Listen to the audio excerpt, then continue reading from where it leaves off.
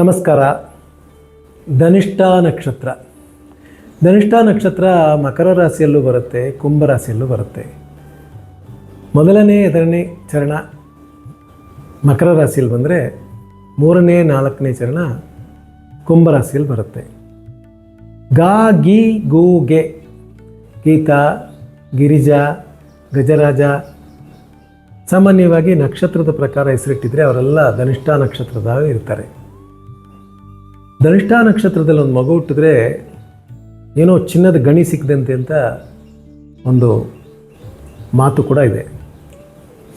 ಸಣ್ಣಕ್ಕಿರ್ತಾರೆ, ಉದ್ದಕ್ಕಿರ್ತಾರೆ ಗಂಡು ಮಕ್ಕಳಾದರೆ. ಹೆಣ್ಮಕ್ಳಾದರೆ ಸ್ವಲ್ಪ ದಪ್ಪಕ್ಕೆ ಕೂಡ ಇರ್ತಾರೆ. ಅಂದರೆ ಎರಡು ಮಿಕ್ಸ್ಡ್ ನೇಚರ್ ಇರ್ತಕ್ಕಂಥ ಧನಿಷ್ಠ ನಕ್ಷತ್ರ. ಯಾಕಂದರೆ ಒಂದು ಮಕರ ರಾಶಿಯಲ್ಲಿ ಬರುತ್ತೆ, ಇನ್ನೊಂದು ಕುಂಭ ರಾಶಿಯಲ್ಲಿ ಬರುತ್ತೆ. ಭಾಳ ಶಿಸ್ತಿನಿಂದ ಇರ್ತಾರೆ, ಯಾರಿಗೂ ಹೆದರ್ಕೊಳ್ಳಲ್ಲ ಅಷ್ಟು ಬೇಗ. ಊಟ ಚೆನ್ನಾಗಿ ಮಾಡ್ತಾರೆ. ಚಿಕ್ಕ ವಯಸ್ಸಲ್ಲಿ ಕಷ್ಟಪಟ್ಟರು ಕೂಡ ಸ್ವತಃ ತನ್ನ ಕಾಲ ಮೇಲೆ ತಾನೇ ನಿಂತು ಒಳ್ಳೆಯ ಸಂಪಾದನೆ ಮಾಡುವಂತಹ ಯೋಗ ಅವರ ಜಾತಕದಲ್ಲಿ ಇರುತ್ತೆ. ಭಾಳ ಸಹಕಾರವಾಗಿರ್ತಾರೆ. ಸಂಗೀತ, ನಾಟ್ಯ, ಕಲೆ ಇದರಲ್ಲೆಲ್ಲ ಹೆಚ್ಚಿನ ಆಸಕ್ತಿ ಇರ್ತವರಾಗಿರ್ತಾರೆ. ಸ್ವಲ್ಪ ದುಡ್ಡು ಕಾಸು ಖರ್ಚು ಮಾಡೋದ್ರಲ್ಲಿ ಪ್ರಾರಂಭ ಕಾಲದಲ್ಲಿ ಜಿಪುಣತನ ಇದ್ದರೂ ಕೂಡ ವಯಸ್ಸಾದ ನಂತರ ಒಳ್ಳೆಯ ಸುಖ ಸಂತೋಷ ಅನುಭವಿಸುವಂಥ ಯೋಗ ಅವರಲ್ಲಿರುತ್ತೆ. ಎಕ್ಸ್ಪರ್ಟು ಏನಾದ್ರು ಒಂದು ವಿಷಯ ಕೇಳಿದ್ರೆ ಗೊತ್ತಿರೋದು ಪೂರ್ತಿ ಹೇಳ್ತಾರೆ, ಯಾವುದೂ ಮಿಸ್ ಮಾಡೋದಿಲ್ಲ. ಟೆಕ್ನಿಕಲ್ ಪಾಯಿಂಟ್ಸ್ ಏನಾದ್ರು ಕೇಳಿದ್ರೆ ಅಯ್ಯೋ ಇದು ಹೆಂಗಪ್ಪ ಫೋನ್ ನನಗೆ ಹ್ಯಾಂಡಲ್ ಮಾಡೋಕ್ಕೆ ಬರಲ್ಲ ಅಂದರೆ ಎಲ್ಲ ಹೇಳ್ಕೊಡುವಂಥ ಗುಣ ಅವರಲ್ಲಿರುತ್ತೆ. ಬುದ್ಧಿವಂತರು ಯಾರಿಗೂ ತೊಂದರೆ ಕೊಡಲ್ಲ. ಕಾಯ ವಾಚ ಮನಸ್ಸ ಅಂತೀವಿ. ದೇಹದಿಂದ ಆಗಲಿ, ಮಾತಿನಿಂದ ಆಗಲಿ, ಬುದ್ಧಿಯಿಂದ ಆಗಲಿ ಇನ್ನೊಬ್ಬರಿಗೆ ಕಿರಿಕಿರಿ ಮಾಡುವಂಥ ಗುಣ ಅವರಲ್ಲಿ ಖಂಡಿತ ಇರಲ್ಲ. ಏನೇ ಒಂದು ಹೇಳೋದಾದರೂ ಕೂಡ ತಕ್ಷಣ ಹೇಳಲ್ಲ. ಏನೋ ಸರಿ ಇಲ್ಲ ನೀವು ಮಾಡೋದು ಅಂತಂದರೂ ಕೂಡ ಸ್ವಲ್ಪ ನಿಧಾನ ಕೇಳ್ತಾರೆ. ಧನಿಷ್ಠ ನಕ್ಷತ್ರದಲ್ಲಿ ಮೇಷ್ಟ್ರುಗಳಿದ್ರೆ ಯಾರು ಹುಡುಗರು ತಪ್ಪು ಮಾಡಿಬಿಟ್ರೆ ತಕ್ಷಣ ಬೈಯಲ್ಲ. ಎಲ್ಲ ಮುಗಿದ ಮೇಲೆ, ಪೀರಿಯಡ್ ಆದಮೇಲೆ ಅಥವಾ ಸಾಯಂಕಾಲ ಕರೆದು ನೀನು ಹಿಂಗೆ ಮಾಡಬಾರ್ದಾಗಿತ್ತಪ್ಪ ಅಂತ ಹೇಳ್ತಾರೆ. ಅಂದರೆ ಅದೊಂದು ಒಳ್ಳೆಯ ಗುಣ. ಇನ್ನೊಬ್ಬರು ತಿದ್ಕೋಬೇಕು ಅನ್ನೋ ಒಂದು ಆಸೆ ಇದೆಯಲ್ಲ, ಅದು ಬಹಳ ಒಳ್ಳೆಯ ಗುಣ ಅವರಲ್ಲಿರುತ್ತೆ. ರಿವೆಂಜು ತಗೊಳ್ಳೋದೇ ಇಲ್ಲ. ಅವ್ರಿಗೆ ದ್ವೇಷ ಅಥವಾ ಸೇಡು ಖಂಡಿತ ಇರಲ್ಲ. ಆದರೆ ತಗೋಬೇಕು ಅಂತ ಮನಸ್ಸು ಮಾಡಿಬಿಟ್ರೆ ಆನೆ ಹೇಳ್ತಾರೆ ನೋಡಿ, ಆನೆ ಏನಾದ್ರು ಜ್ಞಾಪಕ ಇಟ್ಕೊಂಡಿದ್ರೆ 10 ವರ್ಷ ಆದಮೇಲೂ ಕೂಡ ಸೇಡು ತೀರಿಸ್ಕೊಳುತ್ತೆ ಅಂತ ಒಂದು ಕಥೆ ಇದೆ. ಆ ರೀತಿ ಸೇಡು ತೀರಿಸ್ಕೊಳಕ್ಕೆ ಹೋಗಲ್ಲ. ಒಂದು ವೇಳೆ ತೊಗೊಳಕ್ಕೆ ಹೋದರೆ ಖಂಡಿತ ಸೇಡು ತೀರಿಸ್ಕೊತಾರೆ. ಅಂಥ ಗುಣ ಅವರಲ್ಲಿ ಇರುತ್ತೆ. ಆಧ್ಯಾತ್ಮಿಕ ಚಿಂತನೆ ಇರುತ್ತೆ. ವಿಜ್ಞಾನಿಗಳಿರ್ತಾರೆ, ಮೇಷ್ಟ್ರುಗಳಿರ್ತಾರೆ, PS ಇರ್ತಾರೆ. ದೊಡ್ಡ ದೊಡ್ಡ ಆಫೀಸಲ್ಲಿ ಮ್ಯಾನೇಜರ್ಗಳು, ಡೈರೆಕ್ಟರ್ಗಳಿದ್ದರೆ ಅವರಿಗೆ ಅಸಿಸ್ಟೆಂಟ್ ಆಗಿರ್ತಕ್ಕಂಥವ್ರು ಇರ್ತಾರೆ. ಲಾಯರ್ಗಳಿರ್ತಾರೆ. ಒಳ್ಳೆಯ ಆರ್ಗ್ಯುಮೆಂಟ್ ಮಾಡ್ತಾರೆ. ಅಂದರೆ ಆರ್ಗ್ಯುಮೆಂಟ್ ಅಂದರೆ ಅಡಾವಡಿ ಆರ್ಗ್ಯುಮೆಂಟ್ ಅಲ್ಲ, ನ್ಯಾಯವಾದ ರೀತಿಯಲ್ಲಿ ಚರ್ಚೆ ಮಾಡಿ ಗೆಲುವುಗಳನ್ನು ನೋಡುವಂತಹ ಲಾಯರ್ಗಳ ಕೂಡ ಇರ್ತಾರೆ. ಒಂದು ಪ್ರಾಬ್ಲಮ್ ಯಾರಿಗಾರು ರಿಲೇಟಿವ್ಸ್ ಬಂದುಬಿಟ್ರೆ ಧನಿಷ್ಠ ನಕ್ಷತ್ರದವ್ರಿಗೆ ಹೇಳ್ಬಿಟ್ರೆ ಅದನ್ನು ಹುಡುಕಿ ಹೆಂಗೆ ಸಾಲ್ವ್ ಮಾಡೋದು, ಯಾರನ್ನು ನೋಡೋದು, ಹೆಂಗೆ ಮಾಡೋದು. ನೀವು ಬೀದಿಯಲ್ಲಿ ಕೂಡ ಧನಿಷ್ಠ ನಕ್ಷತ್ರದವ್ರು ಯಾರಿದ್ರೆ ಅಡ್ರೆಸ್ ಕೇಳಿಬಿಟ್ರೆ, ಈಗೆಲ್ಲ ಗೀಗಲ್ ಬಂದಿದೆ, ಆವಾಗೆಲ್ಲ ಗೂಗಲ್ ಧನಿಷ್ಠ ನಕ್ಷತ್ರದವರೇ. ಅವರು ಕರ್ಕೊಂಡೋಗಿ ನಿಮ್ಗೆ ಎಲ್ಲಿ ಬಿಡಬೇಕು ಅಲ್ಲಿ ಬಿಟ್ಬಿಟ್ಟು ಬರೋ ಅಂಥ ಒಂದು ಸಹಕಾರ ಮನೋಭಾವ ಅವರಲ್ಲಿರುತ್ತೆ. ಕೆಲಸ ಕಾರ್ಯದಲ್ಲಿ ಭಾಳ ಶಿಸ್ತಾಗಿ ಕೆಲಸ ಮಾಡಿ ಸ್ವತಃ ತನ್ನ ಕೆಲಸದ ಮೇಲೆ ನಂಬಿಕೆ ಇಟ್ಟು ಮೇಲೆ ಬರುವಂತಹ ಯೋಗ ಅವರಲ್ಲಿ ಇರುತ್ತೆ. ಸ್ವಲ್ಪ ಎಸಿಟೇಷನ್ ಅಂತೀವಿ, ಒಂಥರ ಕೀಳರಿಮೆ, ಮಾತಾಡೋದಿಲ್ಲ, ಕೇಳಲ್ಲ.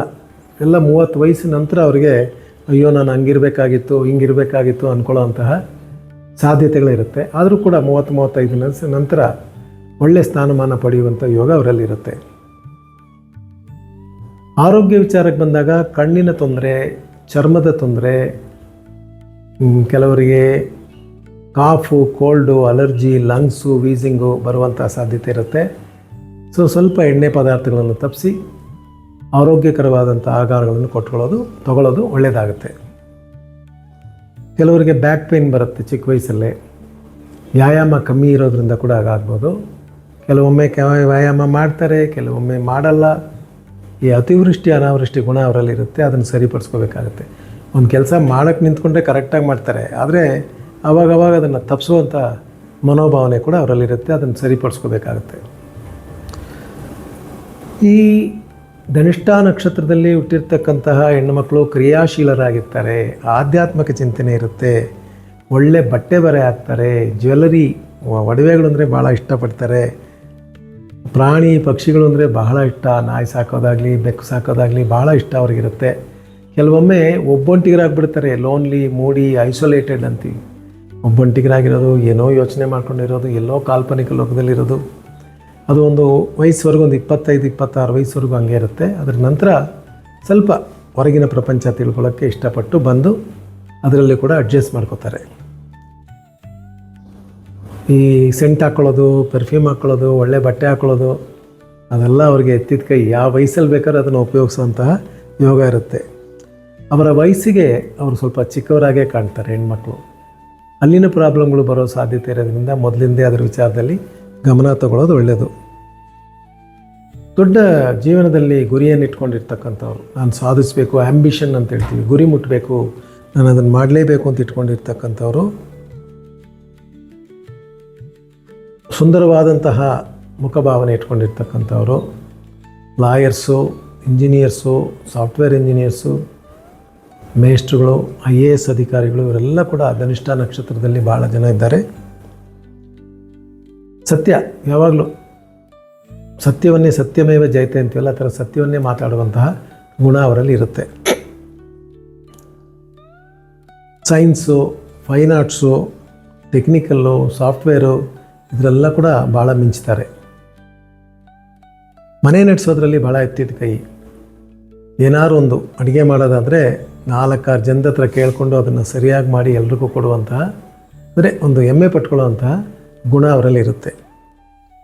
ಆರೋಗ್ಯ ವಿಚಾರ ಹೆಣ್ಮಕ್ಳಿಗೆ ಬಂದಾಗ ಚಿಕ್ಕ ವಯಸ್ಸಲ್ಲಿ ನಾನು ಹೇಳಿದ್ನಲ್ಲ, ನಿದ್ದೆ ಸರಿಯಾಗಿ ಮಾಡದೇ ಇರೋದು, ಅನಿಮಿಕ್ ರಕ್ತಶೋಕೆ ಅಂತಾರೆ, ಬರೋದು, ಪೀರಿಯಡ್ ಪ್ರಾಬ್ಲಮ್ ಬರೋದು, ಅಲ್ಲಿನ ಪ್ರಾಬ್ಲಮ್ ಬರೋದು, ಇದೆಲ್ಲ ಬರುವ ಸಾಧ್ಯತೆ ಇರೋದ್ರಿಂದ ಆ ರೀತಿಯಲ್ಲಿ ಏನಾದ್ರು ಸಣ್ಣದಾಗಿ ಬಂದರೂ ಕೂಡ ತಕ್ಷಣ ಡಾಕ್ಟರ್ ತೋರಿಸಿ ಅದಕ್ಕೆ ಸರಿಯಾದ ವೈದ್ಯಕೀಯ ಸಲಹೆ ತಗೊಳ್ಳೋದು ಉತ್ತಮವಾಗಿರುತ್ತೆ.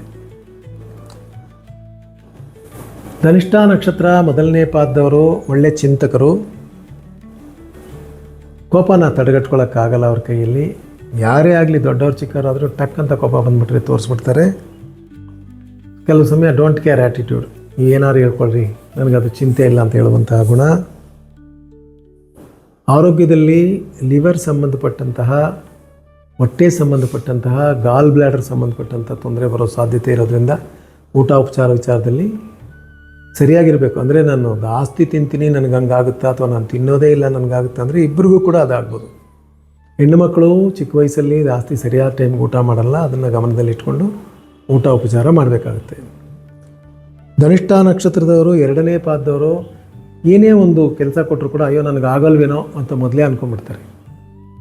ನಿಮ್ಮ ಮನಸ್ಸು ಬೇರೆ, ನೀವು ಮಾಡೋ ಕೆಲಸ ಬೇರೆ, ನೀವು ಆಗುತ್ತೆ ಅನ್ನೋ ಭಾವನೆ ಇಟ್ಕೊಂಡು ಮುಂದೆ ಹೋಗ್ಬೇಕಾಗತ್ತೆ. ಸ್ವಲ್ಪ ಪಾರ್ಷಿಯಲ್, ಅಂದರೆ ಅಪ್ಪ ಆಗಿದ್ದರೆ ಮಗನಿಗೊಂಥರ, ಮಗಳಿಗೊಂಥರ, ಅದನ್ನು ತೋರಿಸ್ಬೇಡಿ. ಯಾರೇ ಆದರೂ ಮಕ್ಕಳೇ ಸರಿಯಾಗಿ ಸಮನಾಗಿರೋದು ಉತ್ತಮವಾಗಿರುತ್ತೆ. ಆಧ್ಯಾತ್ಮಿಕ ಚಿಂತನೆ, ದೇವರು ದಿಂಡರು, ಎಲ್ಲರೂ ಹೋಗಿ ಎಲ್ರಿಗೂ ಸಹಕಾರ ಮಾಡೋದು ಎಲ್ಲ ಇರುತ್ತೆ. ಆಸ್ತಿ ಪಾಸ್ತಿ ಮಾಡೋದ್ರಲ್ಲಿ ಎತ್ತಿದ ಕೈಯಾಗಿರ್ತಾರೆ. ಧನಿಷ್ಠ ನಕ್ಷತ್ರ 3ನೇ ಪಾದದವರು ಚುರುಕಾಗಿರ್ತಾರೆ, ಧೈರ್ಯವಂತರಾಗಿರ್ತಾರೆ, ಒಳ್ಳೆಯವರಾಗಿರ್ತಾರೆ, ಫುಡ್ಡಿ, ಭಾಳ ಚೆನ್ನಾಗಿ ಊಟ, ಎಲ್ಲೇ ಹೋದರೂ ಕೂಡ ಊಟ ಮಾಡೋದು ಮಾತ್ರ ಅಲ್ಲ, ಅವ್ರನ್ನ ಯಾರು ಹೋಟ್ಲವರಾದರೂ ಕೂಡ ಚೆನ್ನಾಗಿತ್ತು ಅಂತ ಹೇಳ್ಬಿಟ್ಟು ಬರ್ತಾರೆ. ಮದುವೆ ಮನೆಗಳಲ್ಲಿ ಹೋಗಿ ಚೆನ್ನಾಗಿ ಅಡುಗೆ ಮಾಡಿತ್ತು ಅಂದರೆ ತಮ್ಮ ಖುಷಿಯನ್ನು ಇನ್ನೊಬ್ಬರಿಗೆ ಹೇಳ್ಕೊಳ್ಳೋದ್ರಲ್ಲಿ ಭಾಳ ಎತ್ತಿದ ಕೈ. ಹೊಟ್ಟೆ ಸಂಬಂಧಪಟ್ಟಂಥ ಪ್ರಾಬ್ಲಮ್ ಬರೋ ನೋಡಿದ್ರೆ ಚೆನ್ನಾಗಿ ಊಟ ಮಾಡಿಬಿಟ್ಟು ಕಂಟ್ರೋಲ್ ಇಲ್ಲದೆ ಹೊಟ್ಟೆ ಸಂಬಂಧಪಟ್ಟಂಥ ತೊಂದರೆ ಬರೋ ಸಾಧ್ಯತೆ ಇರೋದ್ರಿಂದ ಬೇರೆಯವ್ರನ್ನ ಅಪ್ರಿಷಿಯೇಟ್ ಮಾಡಿ ನಿಮ್ಮ ಊಟದಲ್ಲಿ ಗಮನ ಇಟ್ಕೊಳ್ಳಿ. ನ್ಯಾಯವಾಗಿ ನಡ್ಕೊಳ್ಳೋದಕ್ಕೆ ಇಷ್ಟಪಡ್ತೀರಾ, ಹಂಗೆ ಕಂಟಿನ್ಯೂ ಮಾಡಿ. ಧನಿಷ್ಠ ನಕ್ಷತ್ರ 4ನೇ ಪಾದದವರು ಸಾಹುಕಾರರು, ಬುದ್ಧಿವಂತರು, ಸ್ವಲ್ಪ ಕಿರಿಕ್ ಪಾರ್ಟಿಗಳು. ಅಂದರೆ ತನ್ನ ಸಾಹುಕಾರತನ ತೋರಿಸ್ಕೊಳ್ಳೋಕ್ಕೆ ಎಲ್ಲರೂ ಏನಾದ್ರು ಸಣ್ಣ ಪುಟ್ಟ ತೊಂದರೆಗಳಲ್ಲಿ ಸಿಗಾಕೋತಾರೆ ಅಥವಾ ಕಿರಿಕಿರಿ ಮಾಡಿಟ್ಬಿಡ್ತಾರೆ. ಸ್ವಲ್ಪ ಅಹಂಕಾರ ಇರುತ್ತೆ, ಅವರು ಇವ್ರ ಬಗ್ಗೆ ಬೇಗ ಮಾತಾಡ್ಬಿಡ್ತಾರೆ ಅಥವಾ ಇನ್ನೊಬ್ಬರ ವಿಚಾರ ರಹಸ್ಯಗಳನ್ನು ತಿಳ್ಕೊಳ್ಳೋದ್ರಲ್ಲಿ ಆಸೆ ತೋರಿಸ್ತಾರೆ. ಅದನ್ನೆಲ್ಲ ಬಿಟ್ಟರೆ ಧನಿಷ್ಠ ನಕ್ಷತ್ರದವರು ಭಾಳ ವಿಶೇಷವಾದಂಥ ಸ್ಥಾನಮಾನ ಪಡೆಯೋರು. ಚಿಕ್ಕ ವಯಸ್ಸಲ್ಲಿ ಆರೋಗ್ಯದಲ್ಲಿ ಸ್ವಲ್ಪ ಹೆಚ್ಚು ಕಡಿಮೆ ಇದ್ದರು, ಮಧ್ಯಮ ವಯಸ್ಸಲ್ಲಿ, ಚಿಕ್ಕ ವಯಸ್ಸಲ್ಲಿ, ಶಾಲೆಗೆ ಕಾಲೇಜಿಗೆ ಹೋಗೋ ವಯಸ್ಸಲ್ಲಿ ಚೆನ್ನಾಗಿ ಓದಿದ್ದು, 35 ವಯಸ್ಸಿನ ನಂತರ ವಿಶೇಷವಾದಂತಹ ಸ್ಥಾನಮಾನ ಕಳ್ಕೊಂಡು ಒಳ್ಳೆ ಮಕ್ಕಳ ಮರಿ ಜೊತೆ ಇರುವಂಥ ಯೋಗ ಧನಿಷ್ಠಾ ನಕ್ಷತ್ರಕ್ಕಿರುತ್ತೆ. ಧನಿಷ್ಠಾ ನಕ್ಷತ್ರದವರು ಸ್ವಲ್ಪ BP, ಶುಗರು, ಆರ್ಥರೈಟಿಸ್ಸು ಇದೆಲ್ಲ ಕೇರ್ ತಗೊಳ್ಳೋದು ಉತ್ತಮವಾಗಿರುತ್ತೆ. ಶ್ರೀನಿವಾಸ ಪದ್ಮಾವತಿ, ಬಾಲಾಜಿ ಪದ್ಮಾವತಿ ದರ್ಶನ ಅಥವಾ ವಿಷ್ಣು ಸಹಸ್ರನಾಮ ಕೇಳೋದ್ರಿಂದ ಹಲವಾರು ತೊಂದರೆಗಳಿಂದ ಪಾರಾಗಿ ಸುಖ ಸಂತೋಷವನ್ನು ಅನುಭವಿಸ್ಬೋದು. ನಮಸ್ಕಾರ.